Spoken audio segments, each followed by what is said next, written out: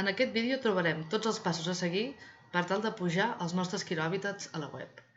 Per fer-ho anirem a Protocols, Quirohàbitats i buscarem un fitxer que s'anomena Càrrega de sons al servidor.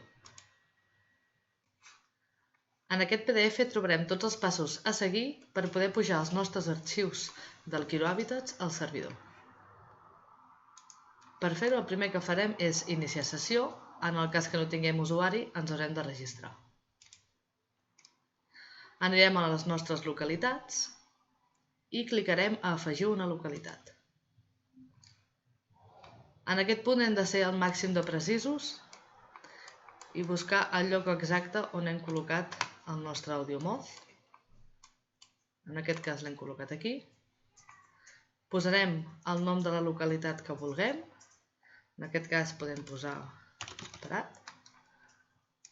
L'hàbitat que envolta l'AudioMoz. En aquest cas serien prats.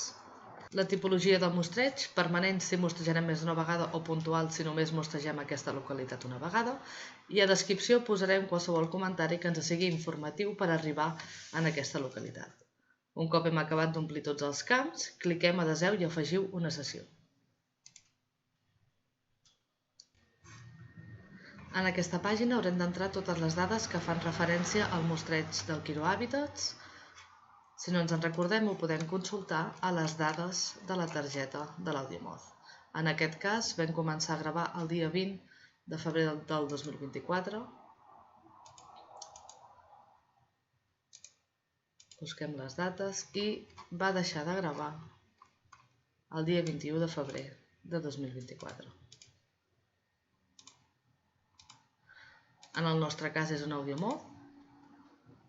I si el vostre projecte forma part de l'Atles de Mamífers de Catalunya, clicarem en aquesta caixeta i si no, la deixarem en blanc. I comentari seria qualsevol comentari que fa referència a la nit, és a dir, que potser ha fet molt de vent durant una hora o ha plogut durant una hora. Un cop estiguin tots els camps omplets, clicarem a Deseu i afegiu àudios.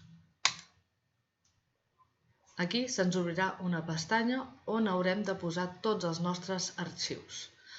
Podem fer dues coses. Una és clicar aquí i buscar la carpeta on tenim els arxius guardats, és a dir, la targeta que hem connectat a l'ordinador, o arrossegar tots els arxius de la targeta.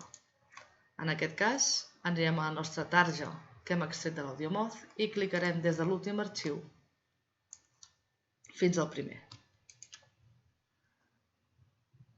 I el que farem és arrossegar tots aquests arxius en aquesta caixeta.